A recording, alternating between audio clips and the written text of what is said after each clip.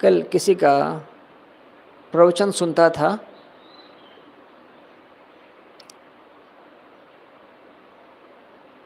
अंग्रेजी में बोलते थे, हिंदी वो जानते नहीं थे।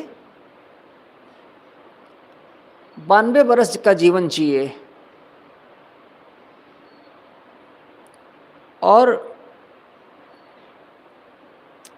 दुनिया के अनेक हिस्सों में जाते थे, बताने, समझाने, बात करने लोगों से। तो उनसे एक आदमी ने पूछा कि जीवन यापन के लिए मन में चिंता होती है, कहीं ऐसा ना हो जाए, कहीं वैसा ना हो जाए,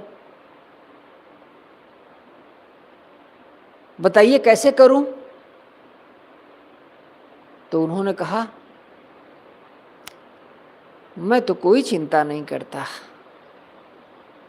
कम मिले, ज़्यादा मिले, मैं ये गणित नहीं पालता। और चूंकि गणित नहीं पालता, इसलिए जो मिल जाता है वो ज़्यादा लगता है।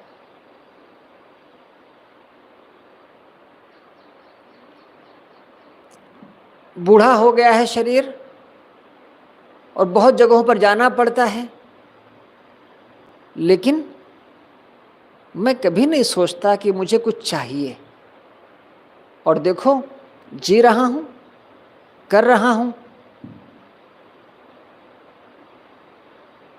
और ऐसी भी स्थिति आई है उनके पास कि जहां सत्संग होना है दूर देश में, उन लोगों ने बस एक ही टिकट भेजा है एरोप्लेन का, 2 भी नहीं भेजे हैं कि कोई साथ में उनके जा सके।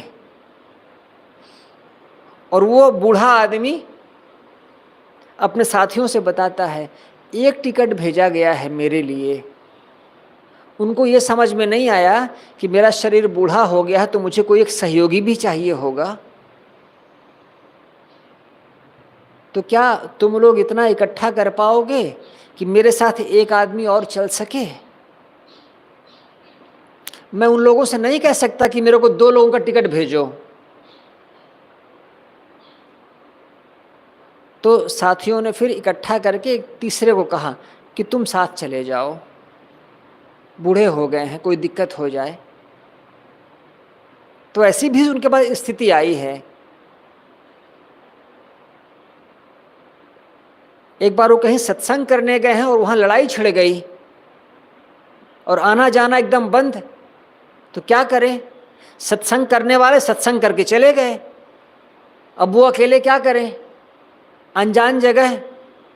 तो एक होटल में रुक गए, एक बार खा लेते थे दोपहर में। इतना पैसा नहीं था कि होटल छोड़ के चले जाएं। होटल छोड़ेंगे तो होटल वाला बोले किराया दो तब जाओ। इतना पैसा नहीं कि किराया दे सकें।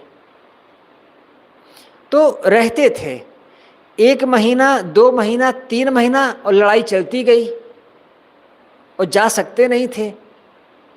एक दिन वो बालकनी में खड़े हुए थे तो एक अजनबी ने उनको देखा और उनका नाम लिया, आप कहीं वही तो नहीं हैं? तो उन्होंने कहा, हाँ वही हूँ।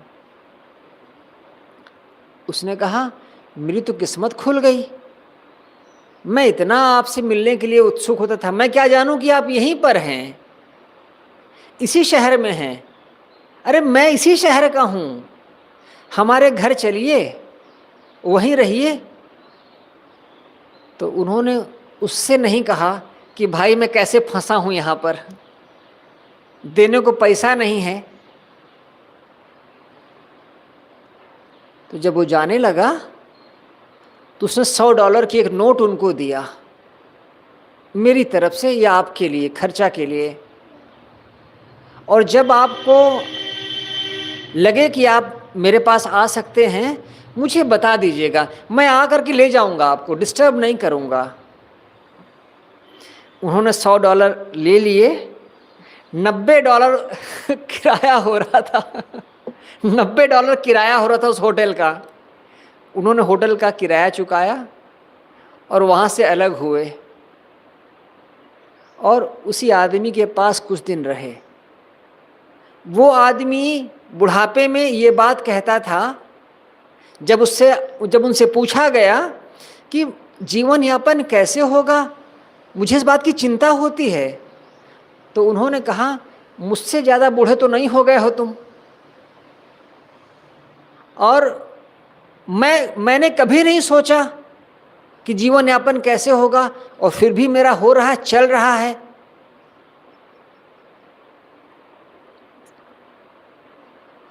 जो बाहर की बहुत सोच रखेगा वो भीतर से भी जाएगा, और बाहर का तो मिलेगा नहीं। और जो भीतर की सोच करेगा उसका भीतर पुख्ता होता जाएगा, मजबूत होता जाएगा, तो ऊपर का उसके लिए सब व्यर्थ होता चला जाता है। किसी पौधे में फूल आए कि नहीं आए, किसी पौधे में फल लगे कि नहीं लगे, अगर पौधा इस बात के लिए चिंतित हो जाए कि फूल लगे या नहीं, या फल आए कि नहीं, तो सूख जाएगा।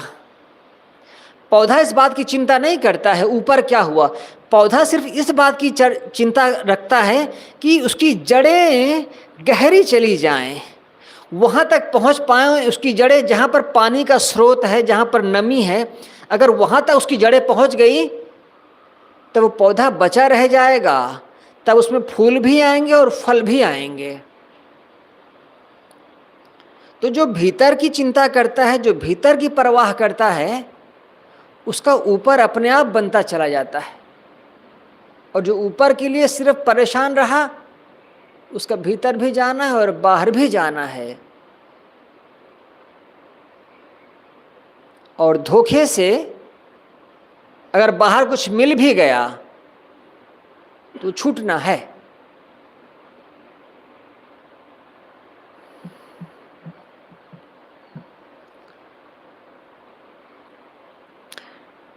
डंडा